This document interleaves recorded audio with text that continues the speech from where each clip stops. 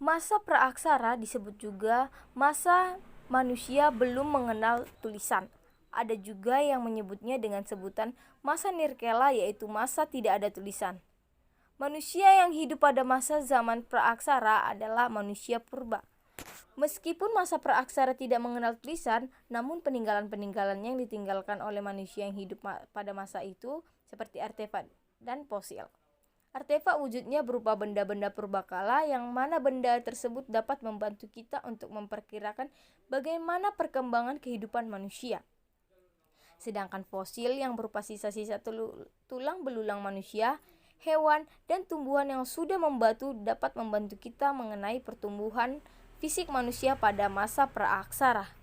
Sisa-sisa manusia, tumbuhan, dan hewan-hewan yang telah membatu itu terdapat dalam lapisan-lapisan bumi. Ilmu yang mempelajari masa praaksara adalah paleoantropologi, artinya mempelajari bentuk manusia dari yang paling sederhana sampai manusia sekarang. Paleontologi, ilmu yang mempelajari fosil-fosil, dan geologi adalah ilmu yang mempelajari lapisan tanah. Oleh sebab itu, zaman praaksara atau zaman prasejarah ini tidak meninggalkan benda-benda bertulisan. Benda-benda bersejarah ini dapat dianalisis umurnya dengan teknik analisis sebagai berikut. Nomor 1. Tipologi. Tipologi adalah cara penentuan umur benda berdasarkan bentuknya. Semakin sederhana bentuknya, artinya semakin tua umur benda tersebut. Yang kedua ialah stratigrafi. Stratigrafi adalah cara penentuan umur benda berdasarkan lapisan tanah tempat benda tersebut.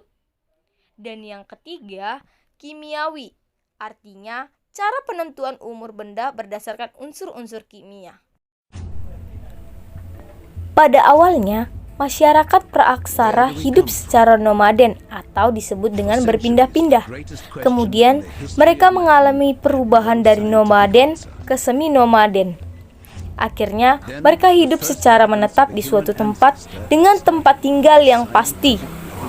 Untuk memenuhi kebutuhan hidupnya, masyarakat praaksara menggunakan beberapa jenis peralatan, mulai dari yang terbuat dari batu hingga logam. Oleh karena itu, masyarakat praaksara telah menghasilkan alat untuk mempertahankan kelangsungan hidupnya. Berdasarkan perkembangan kehidupannya, masyarakat praaksara terbagi menjadi 3 masa, yaitu masa berburu dan mengumpulkan makanan, masa bercocok tanam, dan masa perundingan. Berikut cuplikannya. From the tiniest fragments of the past, the full story was slowly pieced together. Spanning 300,000 generations, over 3 million years. It is the story of our progress from ape to man.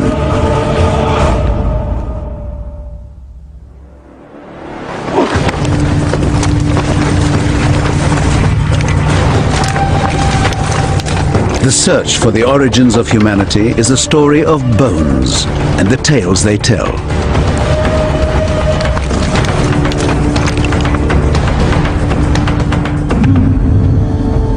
The first chapter began here, 40,000 years in the future, at the entrance to this cave. With the discovery of this man.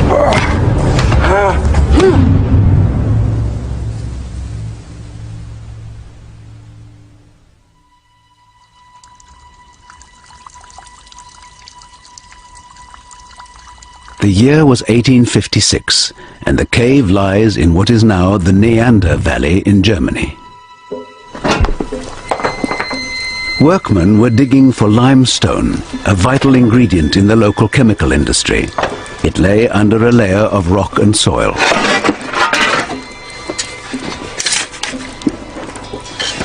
The men were paid a few pence a day to remove the surface layer, and everything was thrown away.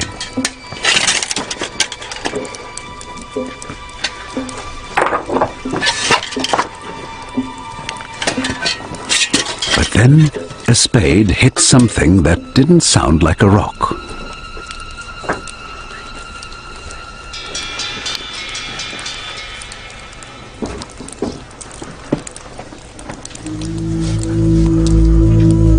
The shape looked like the top of a skull, and thinking it might be a murder victim, they stopped work to show the foreman. Meneer! Hast du etwas gefunden? Ja. Was ist denn das? It was interesting, but he'd seen this kind of thing before and was happy to send it the way of all the other bits of bone they'd found, to be smashed up with the rocks.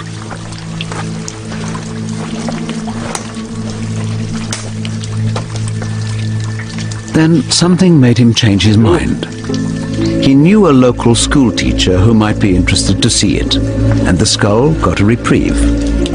What he could never have imagined was that the skull was seeing the light of day for the first time in more than 40,000 years.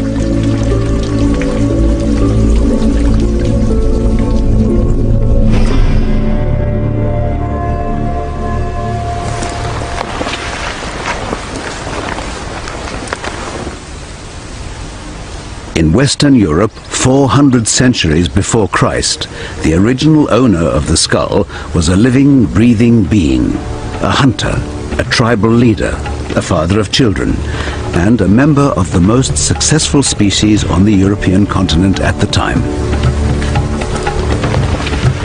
Neanderthal man.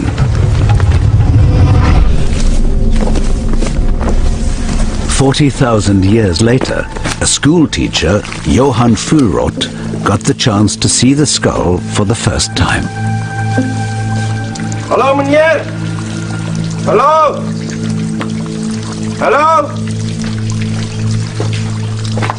A keen amateur geologist and former anatomy student, Fuhlrott had no idea if he'd come on a wild goose chase. Gefunden. So interessant.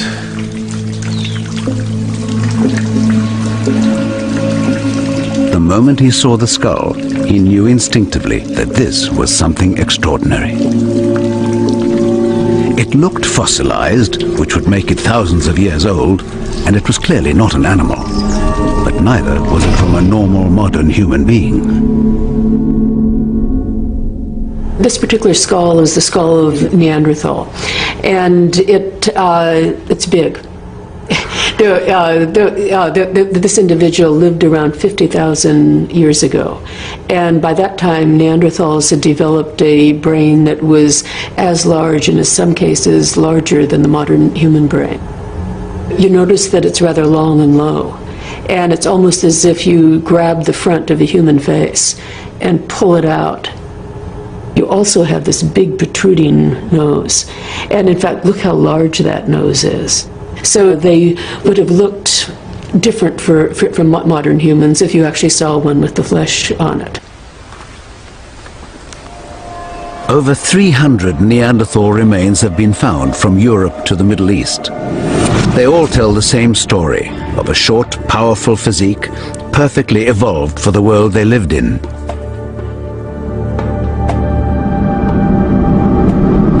Dan gak lupa juga, nama saya Tiara Supandi Saragi, saya dari X-MIA 6. Ini adalah pelajaran sejarah Indonesia tentang masa praaksara. Sekian dulu dari saya, thanks for watching.